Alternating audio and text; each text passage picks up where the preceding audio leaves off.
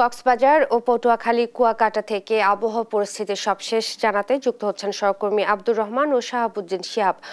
প্রথমেই যাচ্ছি কক্সবাজারে।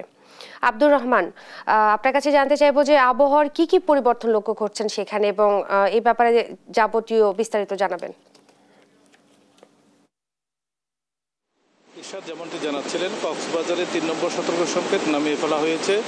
যদিও প্রচুর বৃষ্টি হয়েছে গতকাল রাত থেকে এবং সকালেও মেঘলা আকাশ, গুড়ি গুড়ি বৃষ্টি হয়েছে এবং কক্সবাজারের লাবণী সুগন্ধা কলাতলি পয়েন্টে প্রায় 5 কিলোমিটার সমুদ্র সৈকত জুড়ে ব্যাপক ভাঙন হয়েছে মেরিন ড্রাইভ সড়কেও, এবং সেই নিম্নাঞ্চল কুতুবদিয়া মহেশখালীতেও পানি ঢুকে অনেক বাড়িঘরে ব্যাপক ক্ষতি হয়েছে। সমুদ্র সৈকতের লাবণী কলাতলি পয়েন্টের যেই সড়কটি ছিল চলাচলের, সেটির যে ঝাউ বাগান ছিল সেটি সমুদ্রের সাথে বিলীন হয়ে গেছে প্রায় 1 কিলোমিটার এলাকা জুড়ে। এই ভাঙনটি গত 1-1.5 বছর থেকে শুরু হয়েছে এবং সড়ক ও জনপথ এবং পানি উন্নয়ন বোর্ডের যে তৎপরতা সেটি মানুষের কাছে জনমনের প্রশ্ন রয়েছে এবং ব্যাপক দুর্নীতির কারণে যে জিও ব্যাগগুলো দেওয়া হয়েছে সেটি নষ্ট হয়েছে বলে স্থানীয় পরিবেশবিদ এবং জনগণ আমাদেরকে জানিয়েছে। কক্সবাজারের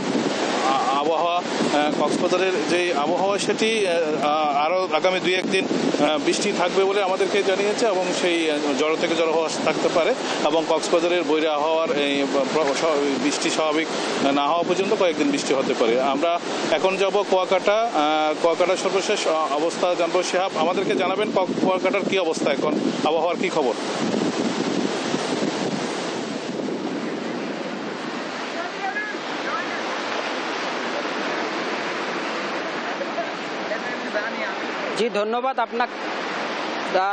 ধন্যবাদ। মৌসুমী বায়ুর প্রভাবে কুয়াকাটা সমুদ্র সৈকতে সকাল থেকে কিন্তু গুড়ি গুড়ি বৃষ্টি হচ্ছে এবং বৃষ্টির সাথে কিন্তু আকাশ মেঘলা রয়েছে। আমি যদি আপনাদেরকে একটু ক্যামেরার মাধ্যমে দেখাই যে আমার পিছনেই দেখতে পাবেন যে সমুদ্র সৈকত কিন্তু কিছুটা উত্তাল রয়েছে। গত 2 দিনের যে সমুদ্রের যে ভয়ঙ্কর রূপ ছিল সেই রূপটা কেটে এখন কিন্তু কিছুটা উত্তাল রয়েছে এবং বৈরী আবহাওয়ার কারণে কুয়াকাটাতে যে সকল পর্যটক এসেছে সে সকল পর্যটকরা কিন্তু সকাল থেকে সমুদ্র সৈকতে তারা ঘুরতে বের হতে পারেনি, কারণ এই বৈরী আবহাওয়ার কারণে। এমনটাই তারা অভিযোগ করেছেন যে দূর থেকে ঘুরতে এসেও কিন্তু তারা বের হতে পারছেন না।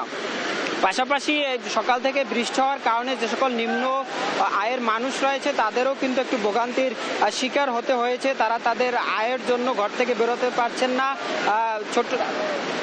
ছোট যে বাচ্চারা, শিশুরা রয়েছে তারাও কিন্তু স্কুলে যেতে পারছেন না। তো কুয়াকাটা সমুদ্র সৈকতে বর্তমানে এখনো গুড়ি গুড়ি বৃষ্টি হচ্ছে। আবহাওয়া অফিস বলছে আরো 2-3 দিন এই বৃষ্টি অব্যাহত থাকবে। তো কুয়াকাটা সমুদ্র সৈকত থেকে আমার কাছে এই ছিল সর্বশেষ। আপনাদেরকে ধন্যবাদ।